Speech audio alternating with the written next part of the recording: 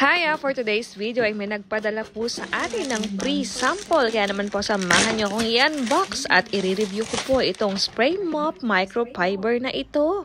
Kaya tara, i-unbox na po natin. Eto nga, may kasama na po siyang tatlong mop. Pwede po kayo magpapalit-palit, pero ang gusto ko po dyan gamitin ay yung gray para hindi masyadong madumihin. At ito na nga po ang mga kasama niya. Ayan, napakadali lang po niyan i-assemble. Parang 3 click lang ay buo na po yan agad. 600 ml na yung kasama niyang spray bottle. At removable pad na din po siya. 3 po ang kasama niyan, kaya pwede niyo po siyang labahan. Sobrang dali lang po niyang gamitin. You just need to pull the trigger at lalabas na po yung spray.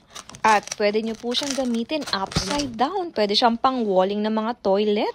Yung mga mahihirap abutin na kailangan linisin ay abot na abot po nito. Ayan nga, at nanggigil ako sa pag-i-spray at basang-basa ang aking floor. Napakadali lang niyang gamitin at matibay na matibay po siya. Kaya try nyo na din po. Ilalagay ko po ang link sa comment section. At mukhang sisipagin na tayong mag-mop ng floor. Bye! Thank you for watching. See you later. Bye!